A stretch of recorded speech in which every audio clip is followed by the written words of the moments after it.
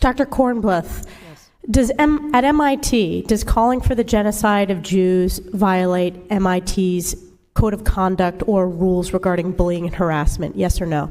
If targeted at individuals, not making public statements. Yes or no?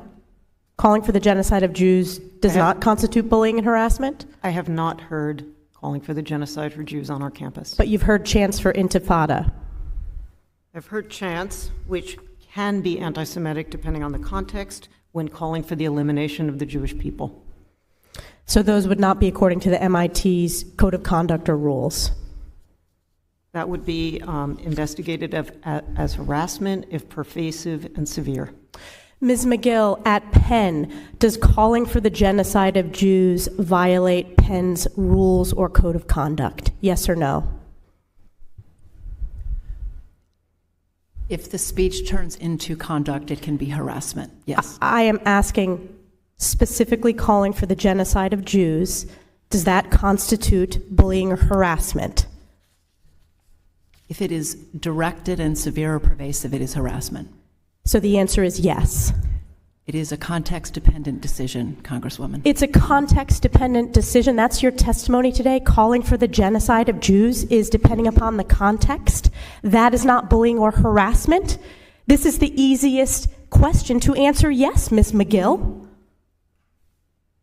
So is your testimony that you will not answer yes? If it if the yes speech or becomes no? if the speech becomes conduct, it can be harassment. Yes. Conduct meaning committing the act of genocide? The speech is not harassment? This is unacceptable, Ms. Magill. I'm going to give you one more opportunity for the world to see your answer.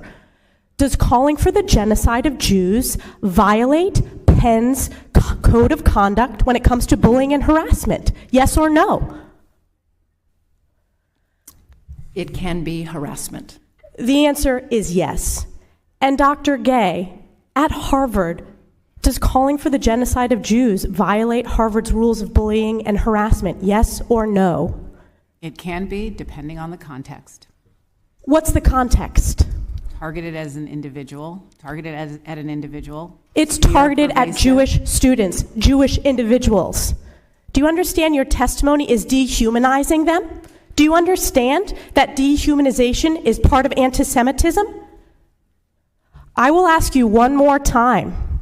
Does calling for the genocide of Jews violate Harvard's rules of bullying and harassment? Yes or no? Anti-Semitic rhetoric. When And is it anti-Semitic rhetoric? Anti-Semitic rhetoric, when it crosses into conduct that amounts to bullying, harassment, intimidation, that is actionable conduct, and we do take action. So the answer is yes, that calling for the genocide of Jews violates Harvard Code of Conduct, correct? Again, it depends on the context. It does not depend on the context. The answer is yes, and this is why you should resign. These are unacceptable answers across the board.